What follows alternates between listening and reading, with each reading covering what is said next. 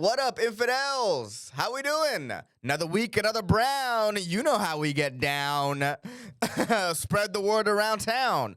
So, good to see y'all. Back on an individual episode. Didn't had my friend Craig on last week. Had a lot of fun. But now we're back to basics, baby. a lot of just talking in slogans apparently for the first couple minutes of this. Yeah, it's good to be back. Had an interesting week. Had an interesting 2 weeks. Well, I brought this up on the Craig Conan podcast, just vaguely, but I want to go through the whole story with you guys here. I went to a fake wedding recently, and it was crazy. It was one of the most insane experiences I've ever had in my entire life. So this is how it starts, right? This is 2 Mondays ago, right? I think, yeah, or last Monday even. To the way time is moving is crazy. So this is last Monday. I'm supposed to go to see Killers of the Flower Moon, or that new Scorsese movie, and I get a call from my girl, just going through her day. Turns out she has no one to help her DJ this wedding she got booked for. She usually has someone to help her set up the sound and the speakers. She brings all that, her turntables, whatnot. And I was like, look, I'll see this movie another time. I'll come and help you, and it'd be cool to see my girl in her element. Like, she comes to my shows all the time. Let me see her do her thing, right? On the way there, she warns me. She goes, hey, this is just going to be like a nice intimate wedding, so you won't see me get them like crunked. But it said apparently it's only going to be only 30 to 40 people. And I was like, yeah, it makes sense. And my first clue should have been like, why is this wedding on a Monday night? That should have been my first clue. And she was like, well, it's cheaper on Mondays. And I was like, well, you know what? We are going to an Indian wedding. This tracks. Now, when we get there at 4 to set. No, sorry, we get there at 3 for an event that starts at 4. We start setting up. The bride doesn't get there to start her makeup until 3:45. So already the event's going to start late. At 4 o'clock, nobody is there. We're like, what the fuck is going on? At this point, bro, the event coordinator comes up to me and goes, or comes up to me and my girl and goes, hey, this is weird. Everyone in this event who's attending is paid to be here. And we're like, what? And they're like, yeah. Nobody who's coming to this is real. They're all like actors. Crazy. Laughed so hard when I heard that. Thought it was the funniest thing. Apparently, me and my girl were there for events 3 and 4 of the night. They had 4 events that day. The event right before ours was a American-style Christian wedding between this Indian couple. Now, neither of the people in the couple are Christian. They just wanted to have that kind of event. And everyone who was there was paid to be there. So, like, they said the caterers who catered the event, they had caterers for that event. They had to stop putting out the food, sit down in the crowd, and then also take pictures as if they were the groomsmen and bridesmaids. And then after they took the groomsmen and bridesmaids pictures, they went back to catering the event. This was the event right before ours. Here's the crazy part, right? Our event starts at 4. I told you the bride gets there at 3:45. Their previous event, that Christian wedding, took place at the same venue that we were setting up at. Meaning the bride was late to a place where she was already at. She was already there, and she was somehow an hour late for the makeup. Bro, crazy. There was a singer who was hired to be there at 4. She just sat around till 5:30 and then just left. That's the thing. These guys were hiring. So we were at this place called. We were at the like. I don't want to give away the name of the venue because like I know people who work there. But we were at a top wedding venue, by no means inexpensive wedding venue in Austin. They hired my girl as a DJ. That's not cheap. They hired singers. They hired a dole player. A dole is that sideways drum they hit with that stick that you see in India. And then they hired all the guests. Bro, the first event, the Mendy, that's what it was called. The first event that we were at, that me and my girl were at, yo, we saw all the people who were in the wedding introduce themselves to the bride and groom. Crazy. Well, the event organizer said the bride is a nutcase. And apparently, they did this was day 2 of 3 of ceremonies. So they had a whole other day of ceremonies where they just hired everyone to come here. They said it was all for a photo shoot, but like, yo, even if this is all for a photo shoot, why go through the ceremony part of it? Like they got Christian married. Like legitimately had a priest for some reason. I actually have a video of the bride and the Mendy that I am not gonna put on the video of this. But I will show you if you ask me in person. And bro, just knowing that I was going into this whole situation as like the bride wanted this and the bride wanted to hire all these people and hire all these expensive things, like I'm pretty sure I saw a demon. That's what it felt like. It's like, oh, is this a demon? What's happening? What's happening? Why are we all, dude? Dude, oh my God. Okay, so I'll keep going and then I'll explain the sort of feelings that I was having as this was going on, right?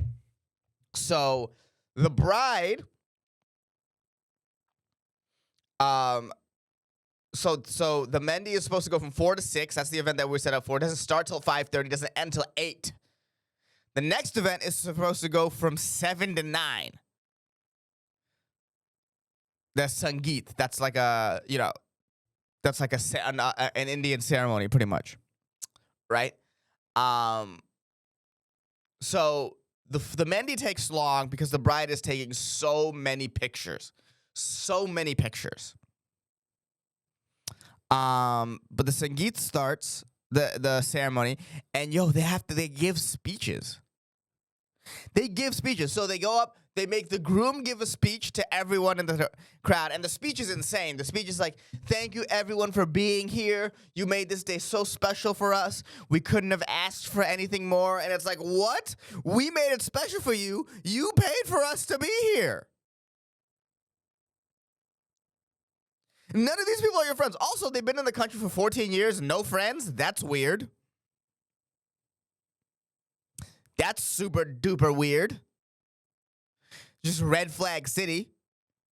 Made him give a speech. At the end of his speech, he gets on one knee and gives her a ring like he's proposing to her at their wedding ceremony.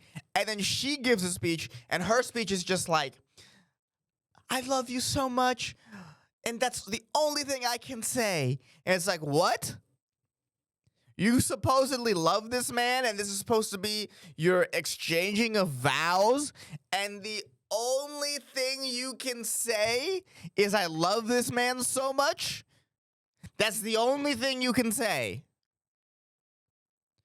There's no feelings. There's no, this is how we met. Also, the timing was crazy. They met in 2015. We got little placards that showed how they met and stuff. They met in 2015.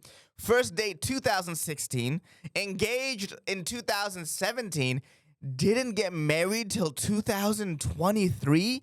Hey, who stays engaged for 6 years? They were engaged for 6 years. And then through all of that, they had a wedding where they had to pay everyone to be there.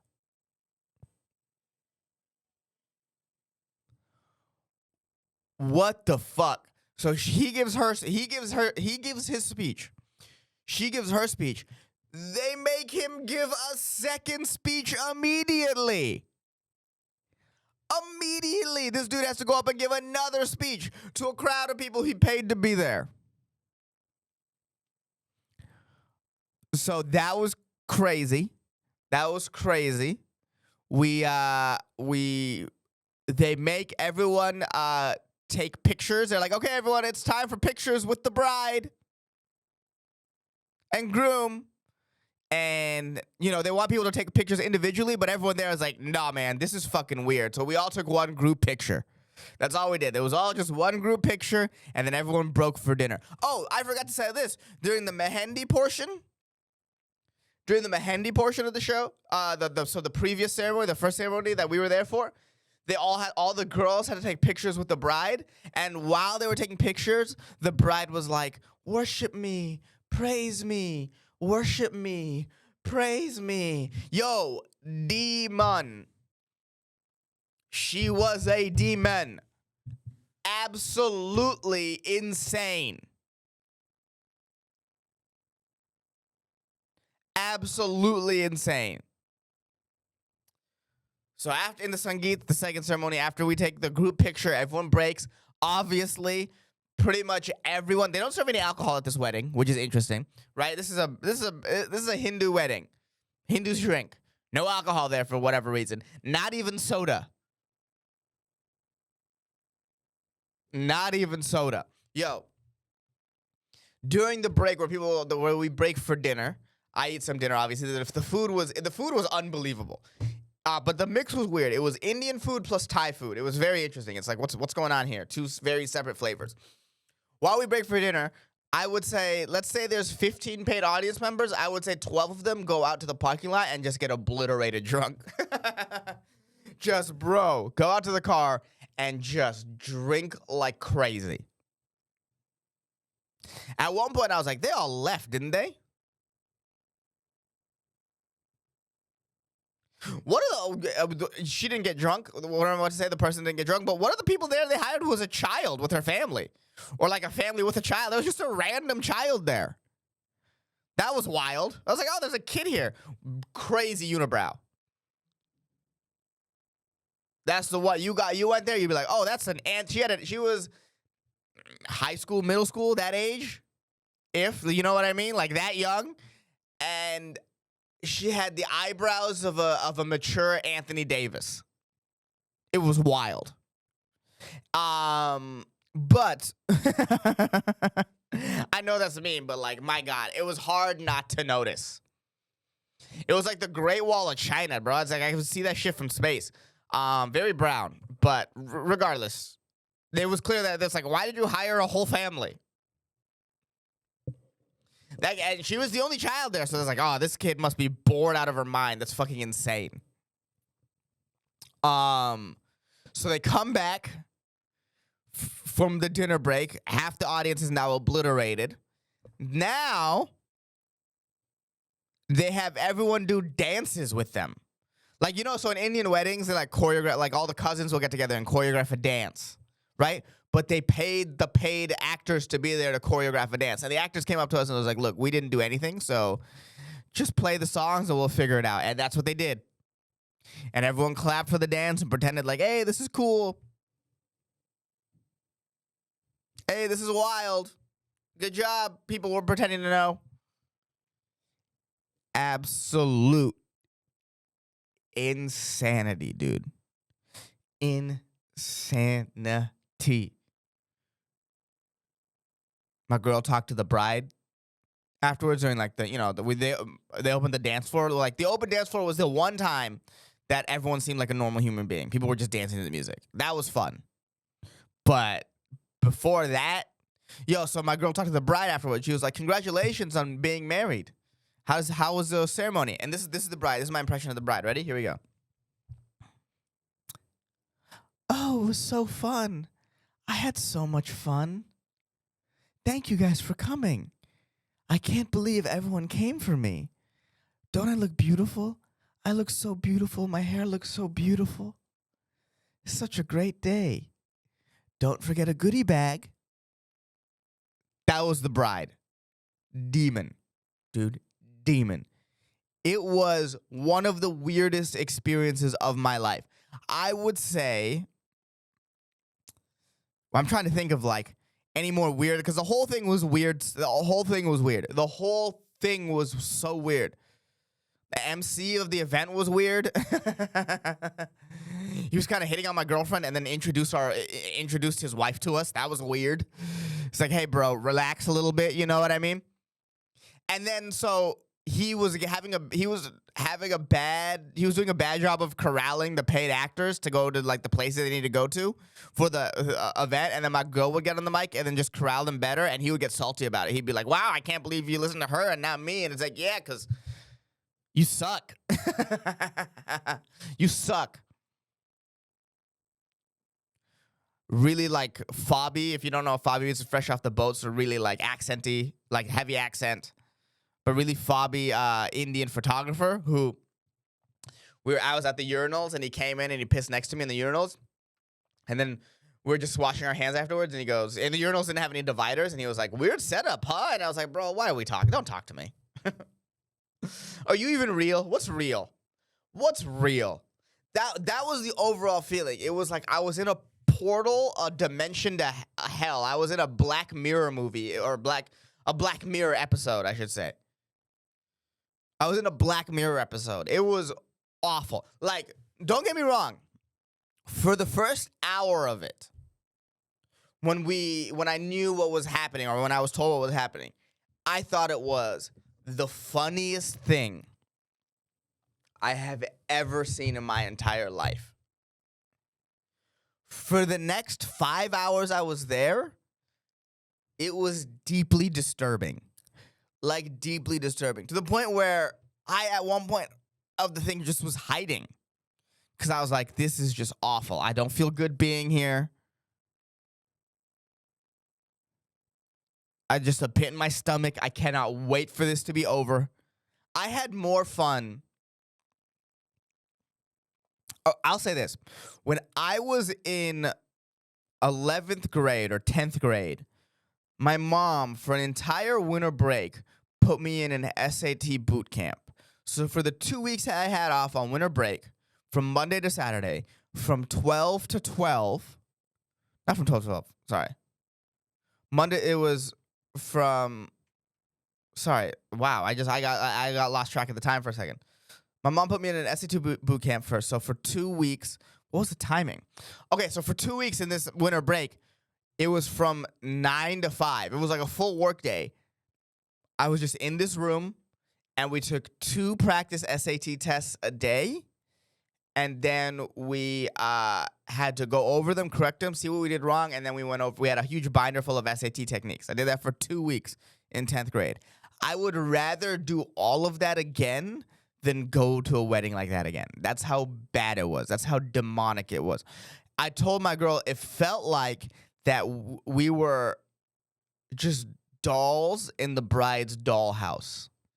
This is the DJ doll, and this is the DJ's helper doll. She's DJ's boyfriend. And these are all my friends. Look at them dance for me. Yay! Demonic. Like I said, if you ever see me in person, I'll show you the video of the bride, and you'll be like, oh my God. There's nothing behind the eyes.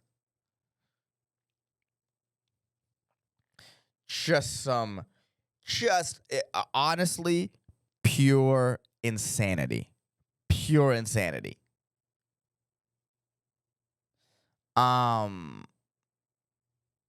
Just so wild, bro. Whew. What else happened? Oh yeah. This was my favorite part. So at the end, bride and groom leave, and we're part of the vendors. We're helping them break down. My girl and I are breaking down her DJ equipment, and they have people coming in and breaking down the stage and whatnot. And they had like fixtures on the chandeliers, real flowers. And one of the dudes who was there for the breakdown recognized me as a comedian. And he was like, oh shit, they had a comedian here? How'd your set go? And I, at this point, was so shook that I didn't even explain that I'm not there for comedy. I was just like, I didn't even say words. I was like, man, it was weird. Some shit like that, right? And he goes, can't win them all.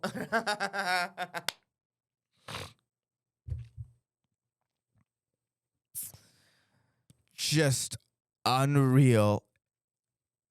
And I will say, deeply, deeply, deeply disturbing. You know what's crazy? They had their last event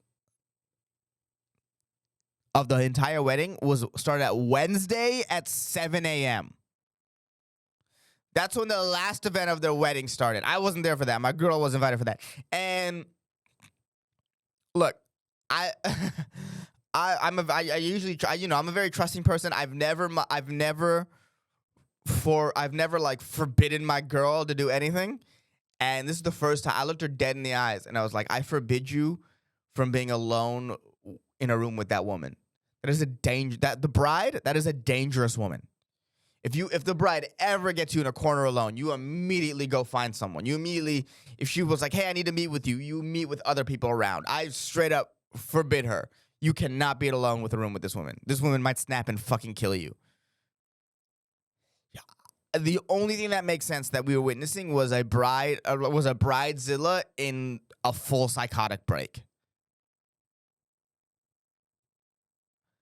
Unreal.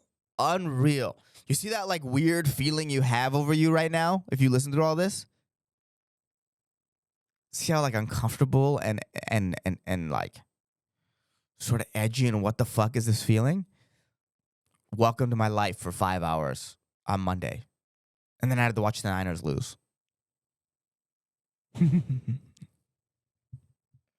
That also happened that day. Man. Wrong passcode up. What the fuck? Nah, the opening my notes for the show. Whew. Man. Damn, that took like 20 minutes to explain what the fuck the whole wedding was.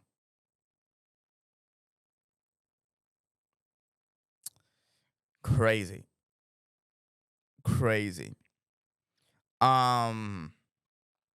Whew. Breathe. So yeah. And then later on that week, I went to a real wedding. My friends from back home got married. And that was nice. It was like, oh my God, yeah, these things can be real. And love exists, and I'm very happy. Congratulations, Connie and Mark. But whew, what a fuck! I needed that. That was like a cleanse. The real wedding was like a cleanse. I was like, my God, what a fucking crazy thing that I witnessed. What a crazy thing. But life is a highway, and I'm gonna ride it all night long. Oh, God damn. We're halfway through the NFL season. We're halfway through the Niners season, pretty much. And I want to do. I do this sometimes. I do sort of like a stock of what's going on with the Niners at the bye. I know some of you don't listen to sports, but here we are. Where the Niners are 5-3, 3-game losing streak. Which a lot of it is like the Cincinnati game was bad. The Browns game is like, damn, bro. Ayuk dropped a touchdown pass. The kicker misses 2 field goals. Brock Purdy drives us down. Kicker missed a game-winning field goal. We should have won that game. Minnesota, I genuinely believe that we're coming back in that game if Brock doesn't have a concussion. I genuinely believe that. Cincinnati, that's like, damn, that's a bad loss. We needed that win. 5-3. And when we lost to Cincinnati, I was hot. I wanted to come on the podcast and just rip the defense to shreds. I really did. What's Nick Bosa's contract? I should have looked this up before I came here. Right. Oh, yeah, $170 million extension. That's why I was like just mad at the D line for not getting any pressure. Just feels like quarterbacks have all day to throw right now. And I think that's more of our defensive coordinator's fault. But I was mad. Dude, I had lines ready. I was going to be like, yo, Nick Bosa, guy who kicked my ass till next week. Just kick my ass so hard. $170 million extension. This is what we're getting. If you wanted no sacks and a guy who's terrible at defending the run and a guy who kind of doesn't like black people, you could have just hired me. I would have done that for $1 million. I would have done that. Obviously, I'm joking. Like, but I was ready to just rant and yell. And this is why I'm glad I don't record right after Niners games, because it's just pure raw emotion and anger. That's what I felt, just pure anger. I mean, the defensive coordinator has to step up for sure, but the reality is the last few years, other than 2019, the Niners have been a late bloomer. They always start a little shaky, and then they figure it out as they go on.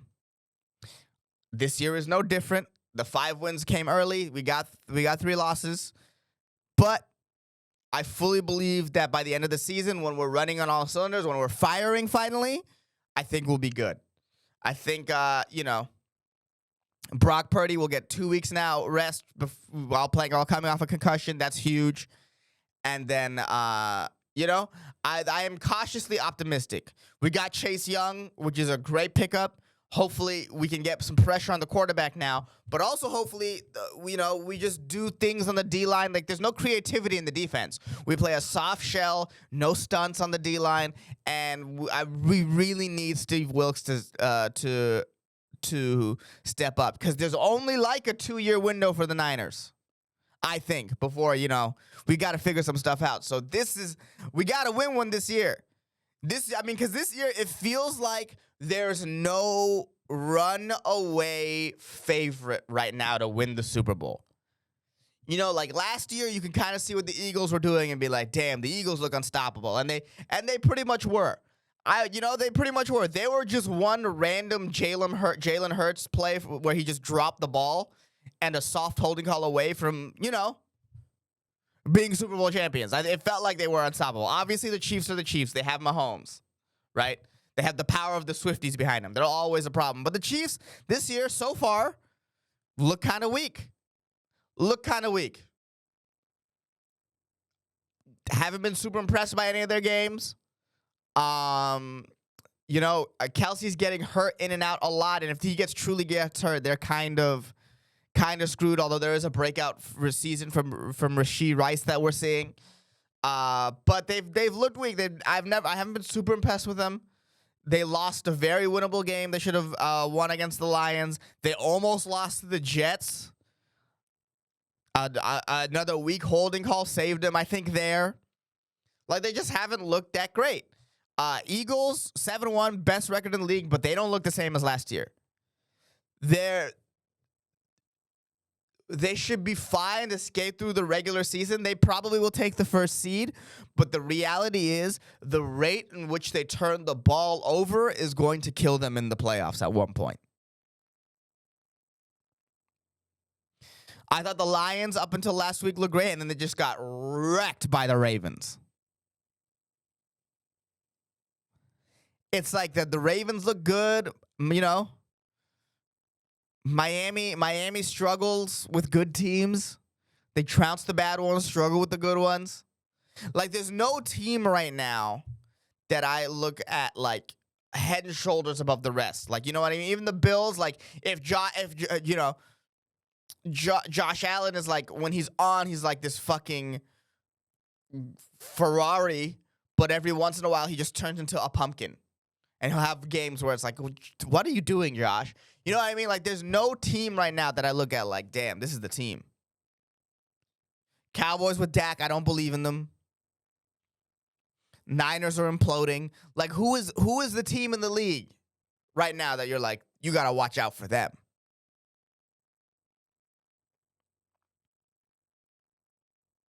This year is up for grabs. We'll see. We'll see. I'm hoping the Niners can turn it around. But god damn, dude. Whenever they lose, it fucking ruins my Sunday. It's the worst. It's the worst. I told my girl over the phone, and I'm gonna talk about this on stage too. But I told my girl over the phone, that my day was ruined on Sunday because I thought that was a winnable game. I thought we could have beat the Bengals if our defense just had decided to stop them at any point. If our defense had just decided to be like, hey, maybe we shouldn't just let them have all the yards in the world. But hey, who am I? I'm not a football player. I don't know what it's like. But it just ruined my day. And, my girl was like, why do you let this affect you so much? And I had to be like, yo, football is a religion. Football is a religion. And I would say this, football is way worse than a religion because I have been with Allah for 31 years. And in that time, Allah has never lost to the Minnesota Vikings. Allah versus Kirk Cousins, undefeated. Didn't let him beat him on prime time.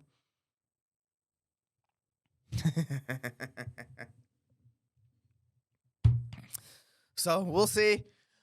I'll keep watching. I don't have a lot of hope if I'm being honest. But, I believe I'm just being negative because the last 3 weeks. I believe in my team. Sorry. Had to get a burp out. But yeah, that's the sort of 49ers, my 49ers midseason breakdown. We have a hard stretch coming up, and I hope we do good. So yeah, that's all I have for 49ers talk here. Okay, so let's go through some headlines. So every week, I take a look at Reddit top posts of the week, and I go through and I read some headlines, and we talk about what's going on in the news. So it's headline time, baby. This is what we had for the headlines, the top headlines this week, and I saw this back to back, and I thought it was interesting, right? First headline, top headline I saw said Shani Loke, which is a young lady who was kidnapped by Hamas, found dead. Obviously very sad. And there's just some girl or just some woman who wanted to go to a music festival, and that's a place that should be safe. You should be able to take drugs and chill at a music festival, right? And then this is the next headline. The next headline said Palestinian American has 42 relatives die in a single day. What I thought was interesting is, and I see this a lot, is that the Israeli dead get named. The Palestinian dead get numbers. Because the one where you read the name and you see the picture, you feel more. You're like, damn, this was like, you get a more sense of a real person. The 42 relatives, you're like, it's just a staggering number. Like, I can't even, none of these people got named at all. Which is wild. If they're Palestinian, there's a lot of them are probably just named Muhammad. Bad joke, yes. But the way that this whole thing is being covered by the media reminds me of that Stalin quote. If you kill one person, it's a tragedy. If you kill 1 million people, it's a statistic. That's what you see on a smaller level here in this conflict. It almost seems like that's what's the Israeli army's goal is. I saw this thing where they released a statement in English on Twitter. The official Israeli State Department was like, hey, Palestinians, get out of Gaza. We're going to bomb, and we want all the innocent people out. And it's like, hey, you cut off the internet. You cut off their power. Most of them don't speak English. Who is this for? The social media propaganda machine on this is huge. I mean, and the state of Israel's Twitter is hitting it hard. We're We're like 2 weeks away from a Twitter poll that they're going to put out. Like, hey, should we just level all of Gaza? We're like 2 weeks away from that. It's so interesting to see the core, the influence of social media to influence the discourse and the talk of all of this.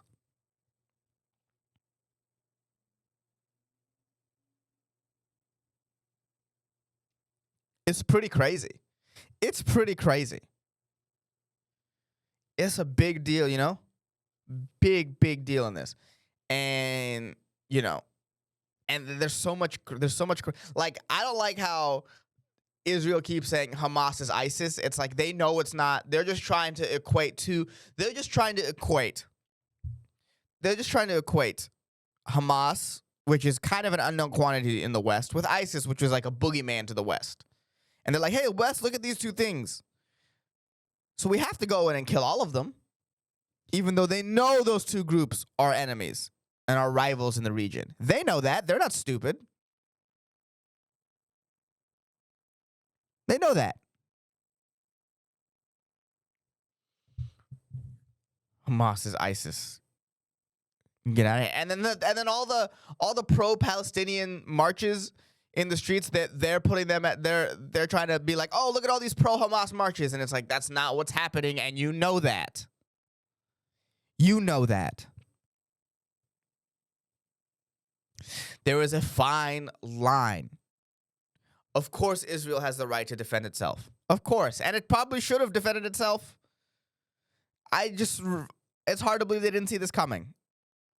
But Israel, of course, has the right to defend itself. But at what point is a ground invasion defense? Not a lot of defenses require invasion.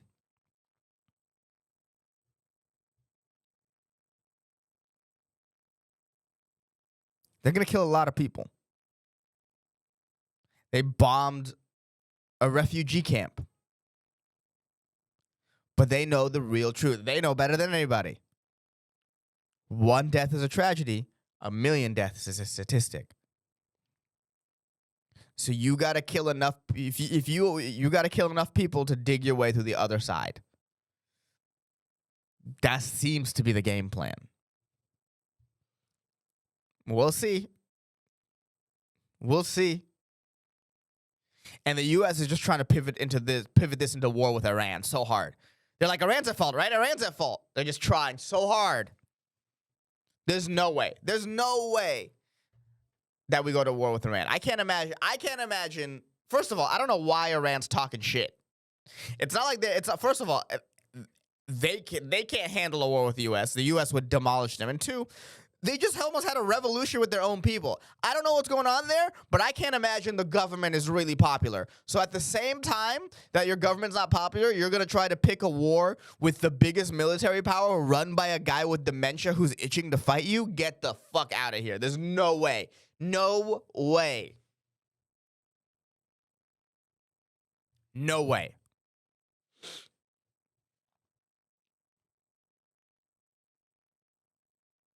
We were doing this bit I thought was fun. We were trying to figure out. We were just throwing out fictional characters and where they would land on the whole Israel-Palestine debate.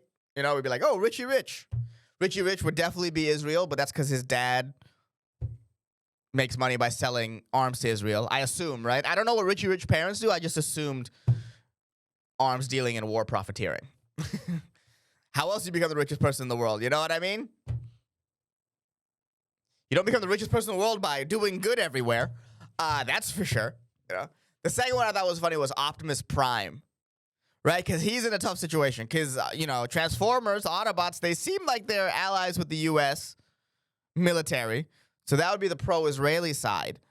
But they also need oil, so you can't piss the Arabs off. So where do they stand?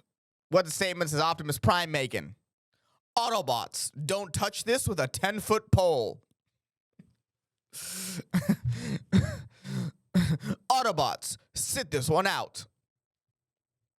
But yeah, if you made it this far, or you know, at any point, put in the comments any fictional character that you would, and we'll work out where they go on the Israel-Palestine debate. Just leave it, yeah. Let me know, because I'm curious. Let's see where people's fictional characters really lie on this. So yeah, you know what I mean? I think we're, obviously gonna keep talking about Israel-Palestine as we go on, but we got more headlines. Let's see. Oh, second one, Matthew Perry's apparent drowning due to heart attack. You know? You're on the most famous sitcom in the world. You go through an intense drug addiction. You come through it on the other side. You're chilling at home by yourself. You have a heart attack in your jacuzzi and you drown. So no one told you life was gonna be this way.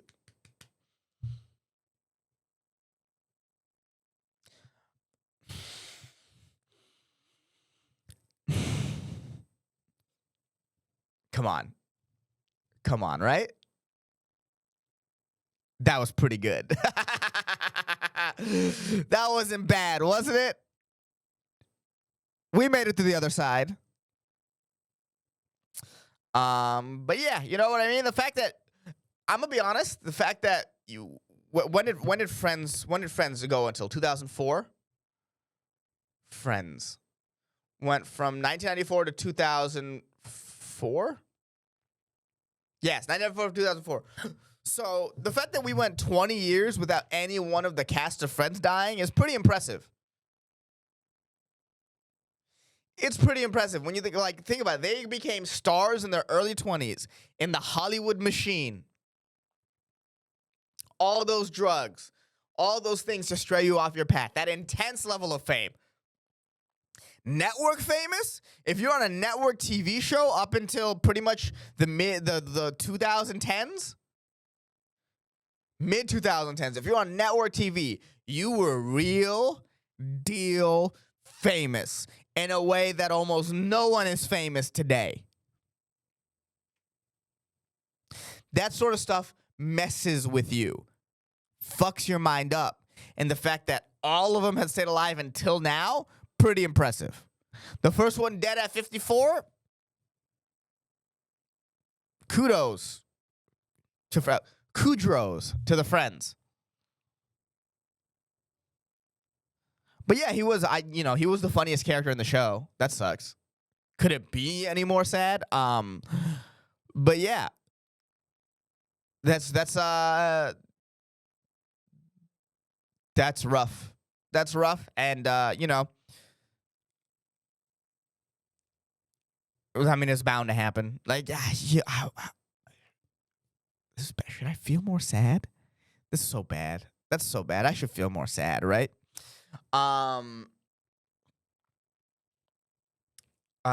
Speaking of untimely deaths, this is the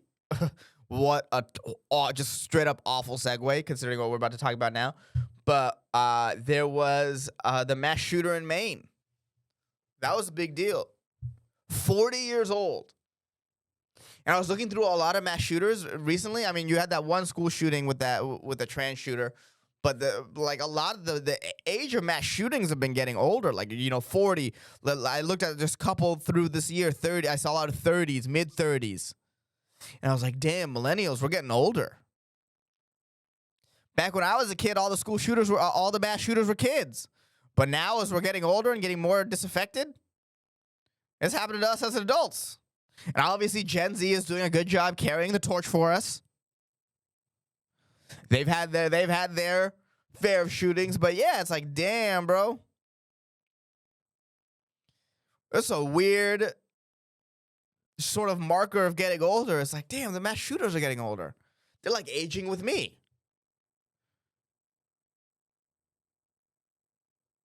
Isn't that wild? You might be a millennial when if you find yourself around the same age as all the mass shooters.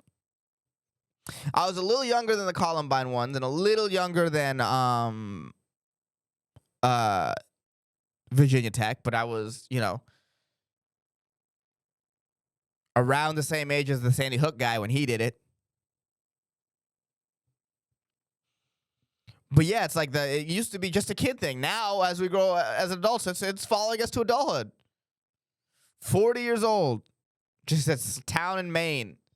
I did see that. I think I talked about it on here too. I did see that, people will be like, first of all, they'll go in and interview these people in these towns, which is like, hey, press, leave them alone. But they'll say something like, man, we never expected something like this to happen in our community. And it's like, really? Look, I'm saying obviously super tragic. And it's something that obviously I wish none of your communities go through. But at the same time, it's like, bro, we're like hundreds of mass shootings in. At this point, it can't be all that surprising, right? Mass shootings are like those hot single women in porn ads. They're in your area and they're ready to fuck. Just know that. And then this is the sort of last headline we'll go through here. It was the body of a 20-year-old with an AR-style rifle, semi-automatic handgun, explosive and body armors, and tactical clothing was found in, I believe, an amusement park. And instead of going through his plan, he shot himself in the head. And on the stall, he wrote, "I am not a killer." Hey, mass shooters, take a hint from that guy. Be a hero. Kill yourself. Be a hero. Kill yourself first before you do anything. Yeah, say, hey, if there's any mass shooters listening to this in Dangerous Brown, do the right thing and fucking kill yourself.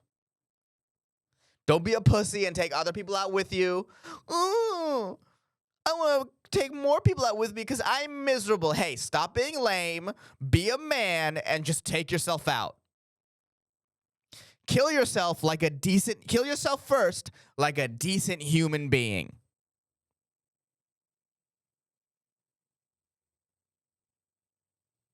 Oh, I want to cause as much pain and destruction. Hey, just because you're having a bad time doesn't mean everyone else is. Stop being selfish.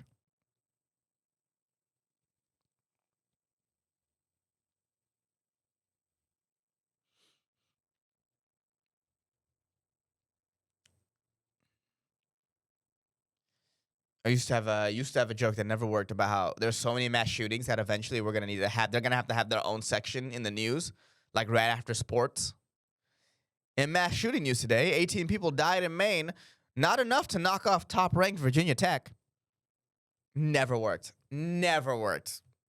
It was too much, apparently. Such an evil place to laugh. Oh, man. But man, kill yourself, dude. Right, we did talk about that. I was talking about that in the green room once. We talked about how Lewis Carroll, the author of Alice in Wonderland, was apparently a pedophile, but he did nothing about it. Like apparently, it would like in his writings, he talked about how he was attracted to kids, but he stayed away from kids his entire life. And it's like, does that make him a hero a little bit? Right? Like a pedophile who does nothing to kids? That kind of makes you a hero, doesn't it? Because if that's the only thing that gives you sexual pleasure, and you are denying yourself that because you know it's bad, so you don't get to have the human experience of sexual pleasure, doesn't that make you kind of a hero? Am I wrong? Right? You know what I mean? Think about that. That's the last thought I want to leave you with for this week. I think that's a good thought to stew on. Let me know how you feel about that situation. But that's all I have for this week. Infidels, I will see you next week. I love y'all. Thank you so much for listening. Stay tuned. I will be doing an Asan and Friends soon here in Austin at the Black Rabbit. I talked about it on Rogan's. So, but yeah, I'll do an Asan and Friends at Black Rabbit. Come on out. It's a cool underground venue. It's a nice, intimate space. It'll be a lot of fun. So keep an eye out for that. I'll post that as soon as I know the date. So yeah, come see me then. Other than that, I love y'all, infidels. It's been a great week. see you next week. Peace in the Middle East. Bye.